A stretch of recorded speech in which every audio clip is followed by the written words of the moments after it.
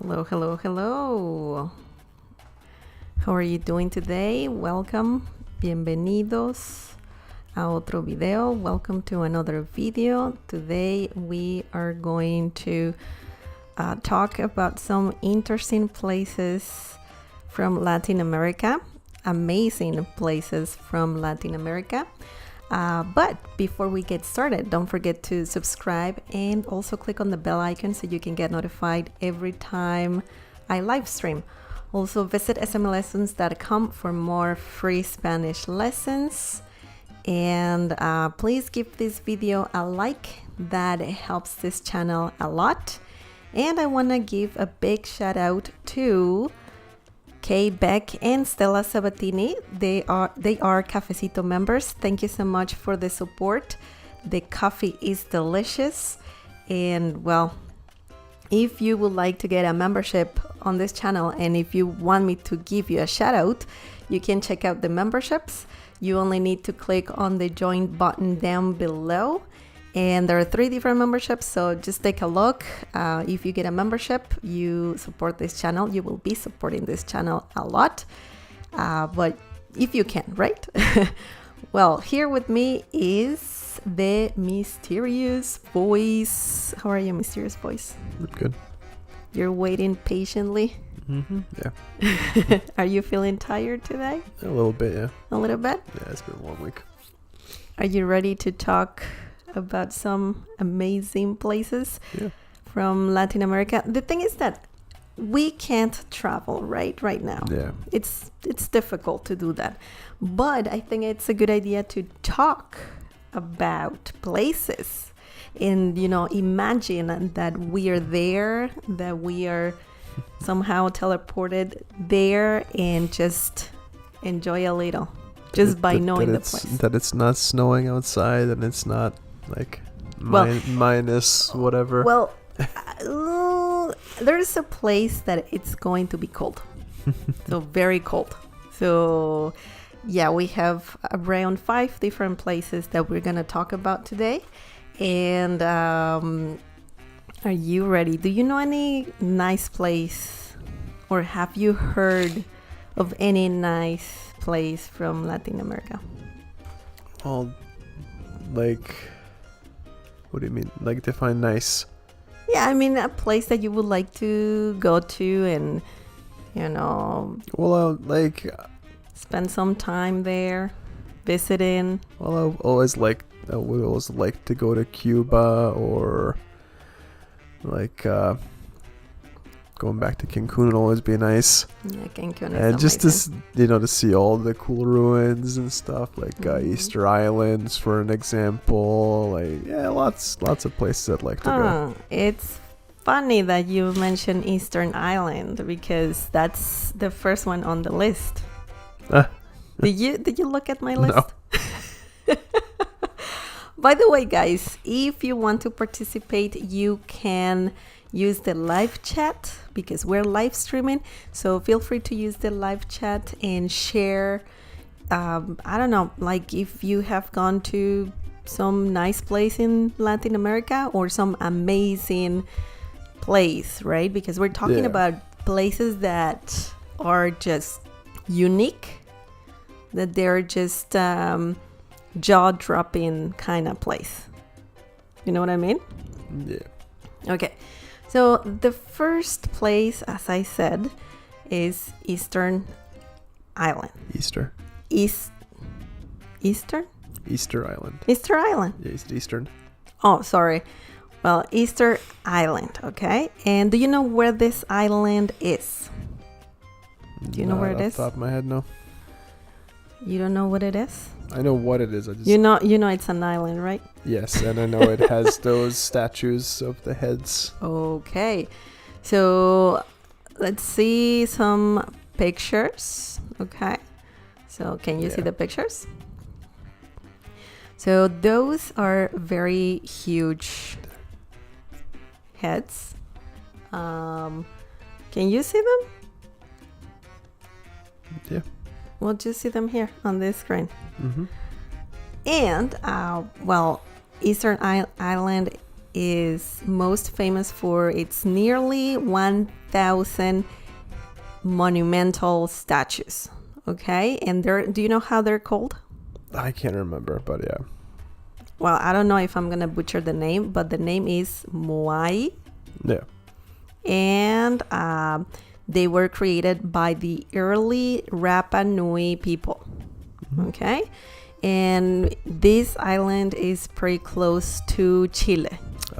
It's not like super close to Chile, but that's like the closest. Yeah, it's within the territory. And well, it has like a crazy history, right? There were like, I don't know, what have you heard of this, like specifically about these statues? Just that there's a bunch of them and it's unknown why, like what the whole point of them is, who built them. They're just kind of there. Okay. Well, these statues are very mysterious, and there are some theories about how they moved the statues, because there are around, I think, a third of the statues, if I'm correct, because there are a lot of them, and only a third of them are actually put in place where they're supposed to go. Okay, so that is very interesting. And it is believed that Easter Island's Polynesian inhabitants arrived on Easter Island sometime near 1200. Well, that's long time ago. Yeah. They created thriving and industrious culture. And well, they have a lot of different statues, as we mentioned before, and they have also other artifacts. It's just mysterious, I gotta say, because you might think that it's only heads, right? The statues are only heads, but they have bodies. At first they thought it was only heads, but then they excavated around when I found that they have bodies. Yeah, that's really cool. So the people who used to live there, the Europeans arrived around 1722. In 1722, and the island's population at that time was estimated to be 2,000 to 3,000 people. So there were not too many of them. And well, that is very interesting. And can you guess how they moved the statues? Do you have any idea? Have you heard of anything about it? I'm gonna guess they rolled them on logs. Logs? Yeah. Just like in Egypt or something like that? Just how they normally did stuff back then.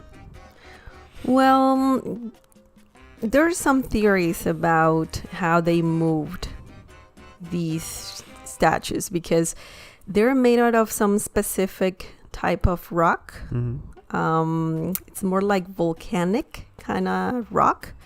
I read about it a little bit, and apparently, well, they think that possibility of it's possible that these statues were moved by the help of something called Miromanga Irua, and that's like a Y-shaped sledge with cross pieces pulled with ropes, and the ropes were made from the tough bark of a tree that is in that island. And well, they tied the ropes around the statue neck, and then somehow they started pulling.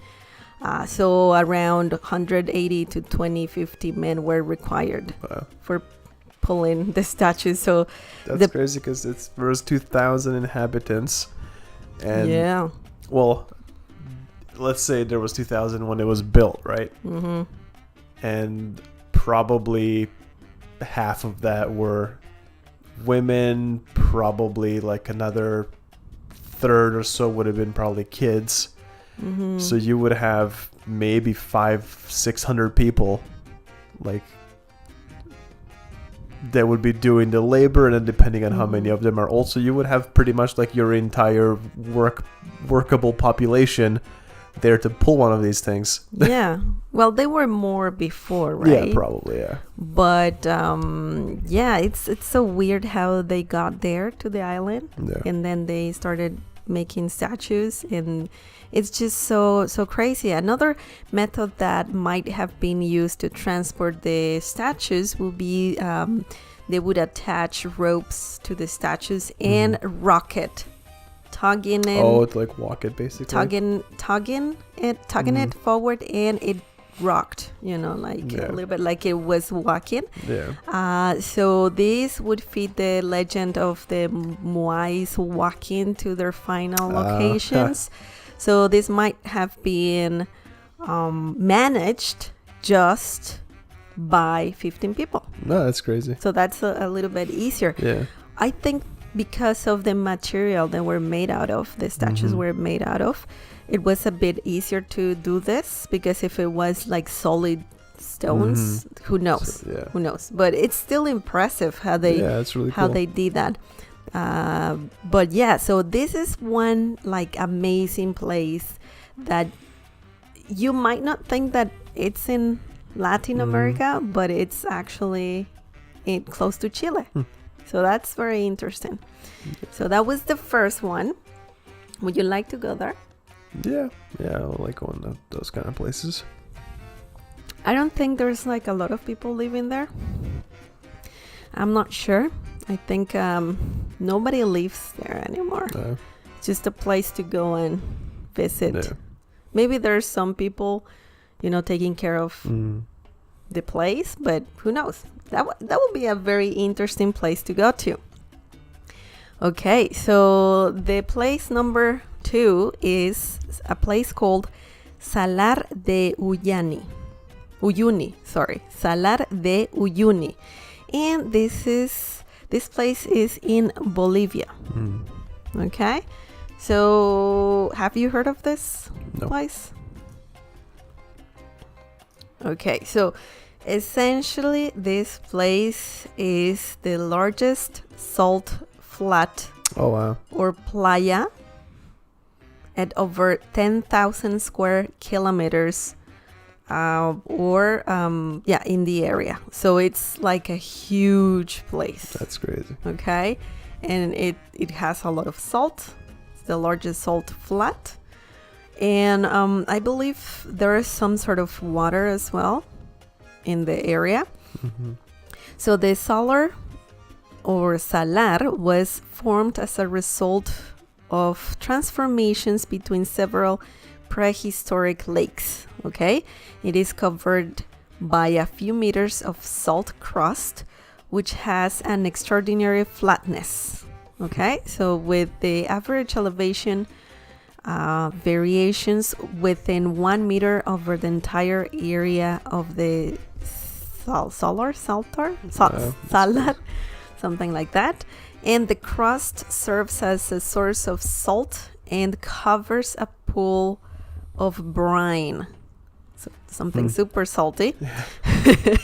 You could pickle some pickles in there. You can make some sauerkraut. Yeah, which is a very... Also, this place is rich in lithium. Oh. Do you know what lithium is used for? I know it's used for a lot of batteries. So that's interesting. And it contains 50% to 70% of the world's known lithium reserves. That's great. So yeah, and it looks beautiful, this place. It looks amazing, don't you think? Just don't need anything off the ground. Yeah. Or I wonder what would happen if you walk there barefoot. Oh geez, yeah, it would be painful. Dry up your feet so bad. I would imagine that would be a good experience. Yeah, so it's a very popular place in that country.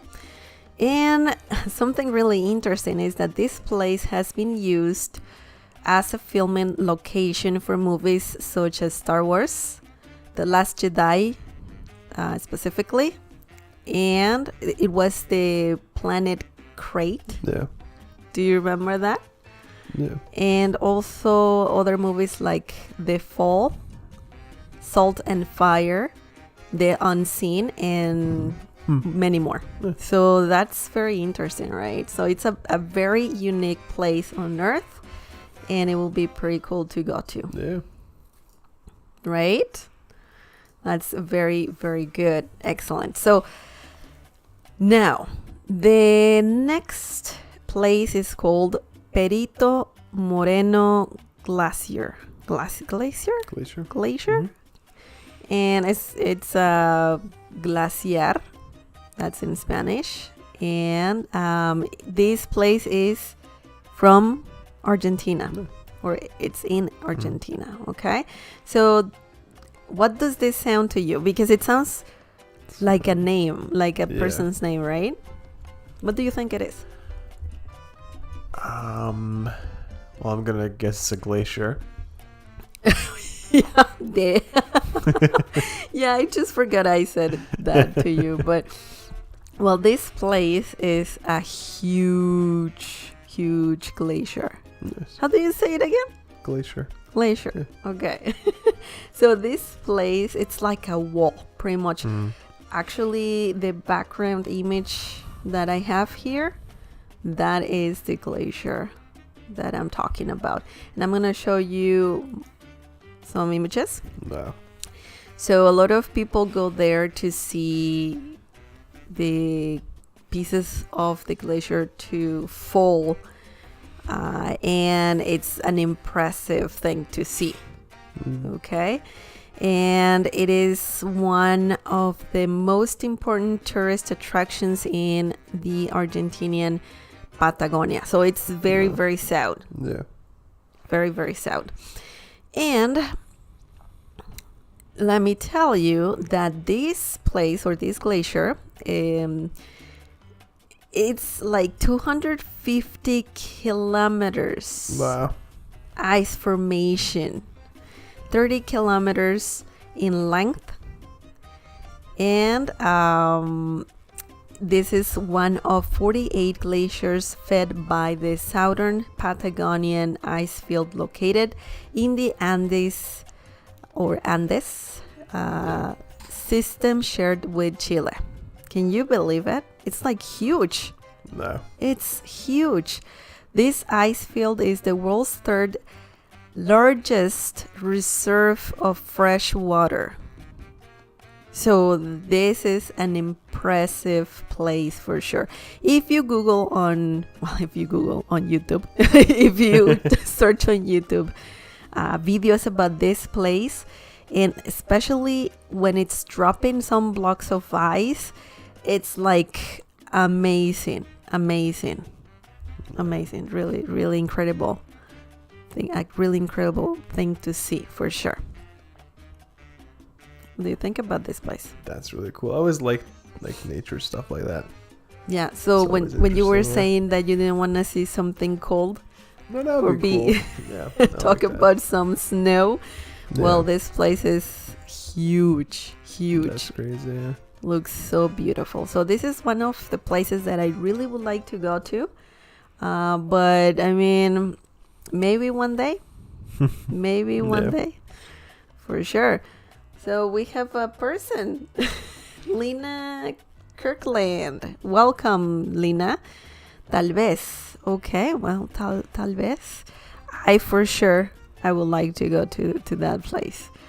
So the next one, place number 4.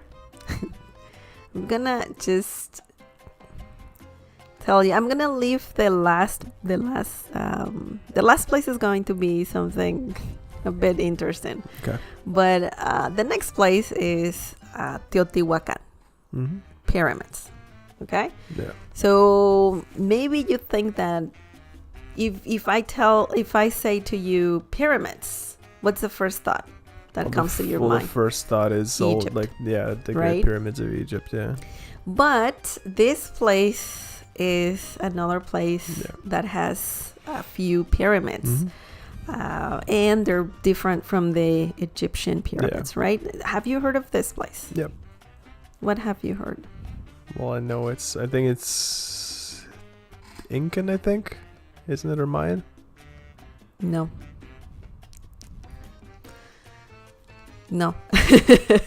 Well, this place is an ancient Mesoamerican city located in a sub-valley of the Valley of Mexico.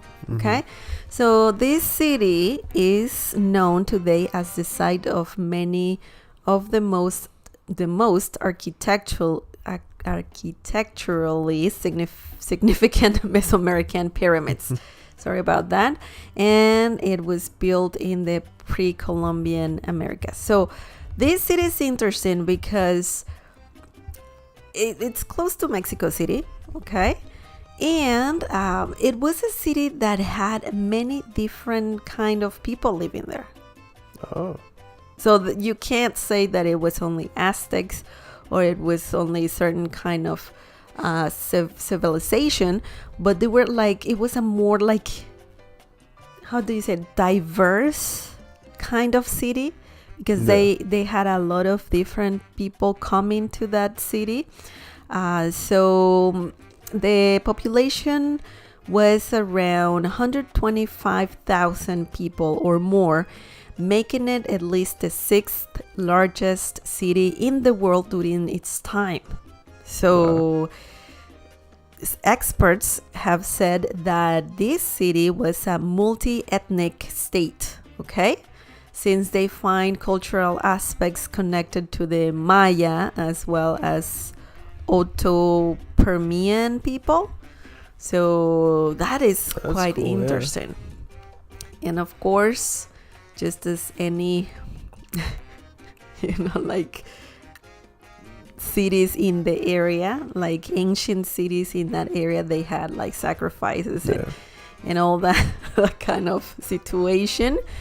And the city has complexes of houses, temples, large squares, stadiums, and palaces of the rulers, nobles, and priests.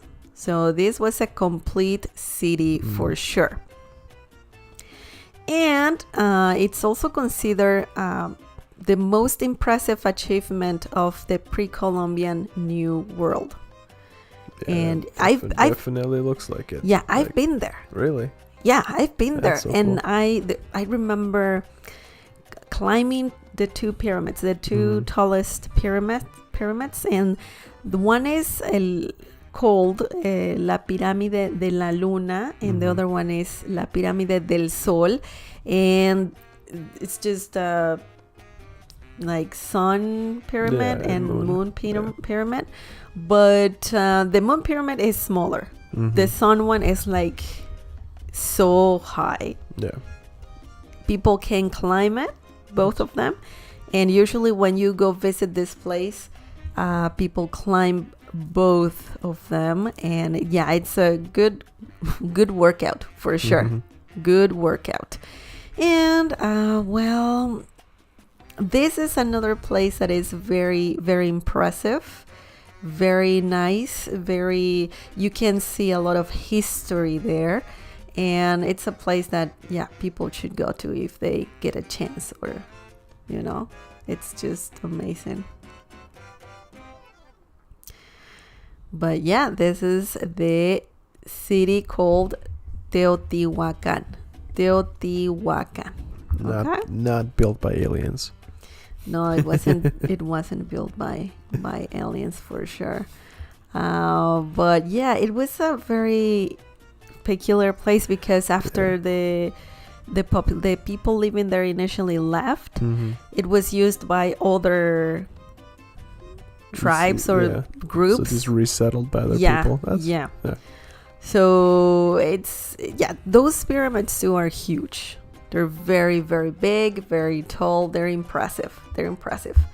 But okay, so the last one that I would like to talk about today, and I don't know why it went by. The time went by so fast. Yeah.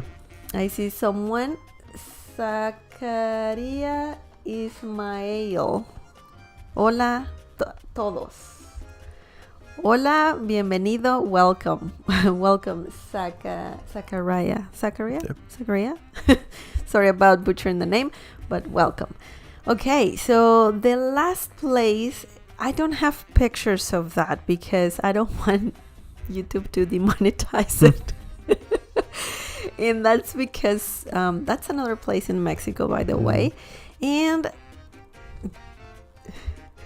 when I say mummies, what's the first thing that comes to your mind? Well, the cliche, like ancient Egyptian mummies and Vladimir Lenin. Oh, really? Is that still the mummy? Lenin, I don't think it's open to the public anymore because he's starting to like decompose because they can't. I don't know if it was during the fall of the Soviet Union, they couldn't afford to like maintain him as well, so they couldn't change the formaldehyde often enough. So he started like he's turning all like waxy and like starting to just kind of fall apart. Oh my, that's crazy. Yeah. Well, we're gonna talk about some mummies, and these mummies are from Guanajuato. So Guanajuato is a place in Mexico. It's a beautiful city. It's a very it has a very nice architecture, very old, and it's a magical town, city. Rather, it's not a town. It's a city. And the mummies. Why Guanajuato has mummies? What's your theory? Do you think they purchased them from another culture or something like that? It was probably some type of like burial ground or something. Like what? Like a burial ground. Oh, burial. Okay. No. Well, yes and no. Okay. So these mummies are natural mummified bodies. Oh. So it happened naturally. And it happened during a cholera outbreak, okay? Oh. And that happened around 1833. Oh, so they're like recent. Very old. But it's not that recent. It's 1800s compared to mummies, other mummies, that's very recent. Recent-ish mummies. Yeah. Okay. Essentially, Guanajuato has like a museum where you can go to and look at like several mummies, okay? And I remember hearing about this, and at first I just didn't care that much. But then thinking about it, it's like, why do they have mummies? Because this is something so like Egypt-like, you know what I mean? So it's interesting because the human bodies appear to have been taken out of the what was it, like disintegrated? Is that a word? Disintegrated? Or no, like they took the bodies out of the ground because they disinterred? Yes. So, yeah, dug up. And that happened between 1870 and 1958, okay? During that time, that happened because a local tax was in place requiring a fee to be paid for perpetual burial. So they had the bodies taxes there to be buried. And they wanted to charge taxes just to stay buried. Yes, perpetual burial. So some bodies for which the tax was not paid were dug out, like you said. That's crazy. And some of these bodies apparently were in really good condition. And they looked like mummies. That's crazy. So all of those, I see some people on the chat. Why haven't you told me? Okay, so just a quick break. Okay. Oh, okay. So Lina and Zachariah, they're chatting. Okay. They're chatting. Let's go. Zachariah said, "Me encanta México." So that's great. That's great. Me too. Okay. So, as I was saying, the bodies were in good condition for some reason, for some weird reason, okay? So they just found out, just by accident, some mummies, because they were charging some taxes. Isn't that like crazy? Yeah. So those mummies were stored in a nearby building. And, the climate of the city, Guanajuato, provides an environment that can lead to a type of natural mummification. So it has a very good weather. Yeah. Although some scientific studies later revealed that some bodies had been at least partially embalmed. Yeah. Okay. But, the mummies began attracting tourists. And cemetery workers began charging people a few pesos to enter the building where bones and mummies were stored. That's crazy. Isn't that crazy? But everything was an accident. And it was caused by taxes. That's crazy. So yeah, that is amazing. I think that's one amazing place just to see these mummies will be pretty interesting. And nowadays it's a museum. That place is a museum, and it's called El Museo de las Momias. That means the Museum of the Mummies. And around in 2007, 59 mummies were on display of a collection that totals 111. Wow. So there are a lot. Quite a few of them, yeah. There are a lot of them. I don't know how many mummies you can see in other places. Oh. I don't know. I know, like, every now and then they find in Egypt like a couple of hundred like sarcophagus that are unopened. Like they just found, I think recently they found, I think it was like 300 or something like that. 300. Yeah. In like Egypt. Unopened, yeah. Wow, that's crazy. But yeah, so this place, Guanajuato, probably has an amazing weather. Yeah. Usually that part of Mexico, the middle part of Mexico, the weather is amazing. It's not too cold, it's not too warm, and it's just amazing. So out of these places, which one would you like to go to if you had a chance? Easter Island is the one I've always wanted to. Easter Island? Yeah, just to see the statues. They look really cool. Mm-hmm. Yeah, I think that's the one. That's the one? Yeah, I think so. Well, for me... And Teotihuacan as well. Teotihuacan? Yeah. For me, I would... Because I know Teotihuacan already. Mm-hmm. I've been there. So I would say... I would like to go to Perito Moreno. Perito Moreno Glacier. Just to see the massive chunk of ice. And I heard that you can hike. Oh, nice. Like just go for you need someone to guide you, right? But you can go hiking and just look at the amazing place, and it will be amazing. Especially if I can see a chunk of ice, falling. Or to drink some of the water. Drink some of that water. Yeah. Yeah, it must be really glacier water isn't fresh. Yeah, for sure. Okay, so and another place that I would love to visit is I don't know, because I'm this Salar de Uyuni, like that, like crazy salt flat. That would be pretty nice to see, for sure.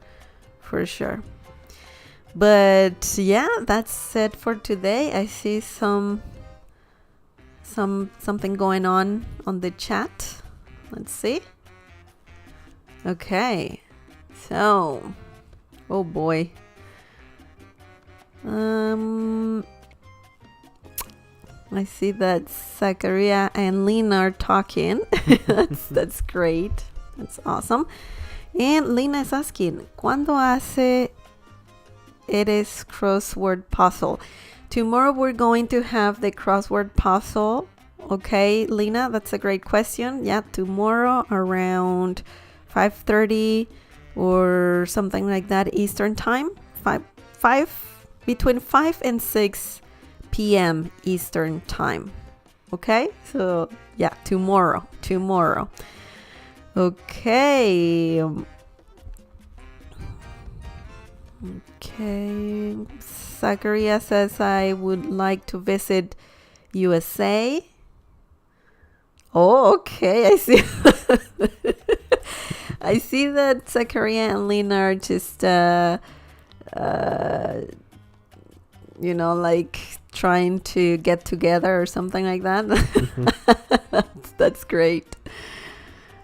Okay, so that's good. That's good that you guys are here and talking and just getting to know each other. Okay, excellent. Lena, as I said, tomorrow we're going to have the crossword puzzle around 5 p.m. or 6 p.m. Eastern time. And it's going to be it's going to be a tough crossword puzzle. It's going to be a random crossword puzzle. We're going to guess different random Spanish words. And even we're going to guess some conjugated verbs. So you have to remember some conjugation of certain verbs, and you'll see tomorrow. It's gonna be fun. If you can make it, that would be great. Zachariah Ismael says, estoy viviendo en Aguascalientes. Oh, muy bien, Aguascalientes. I've heard that city is amazing too. A really beautiful city. That's great. So guys, do you have any questions? Would you like to share a place that you would like to go to? Okay. Lena asks, did I phrase the question right in Spanish? I'm not sure which. El tiempo? I'm not sure what phrase. I'm sorry, Lena. But it's nice that you're practicing your Spanish for sure. Okay. Awesome. That's it for today, guys. Thank you so much for watching this video. Thank you to the people who were here, the people who were also on the live chat. Thank you so much for, just stopping by and just being here in general. Do you have any last comment? No, just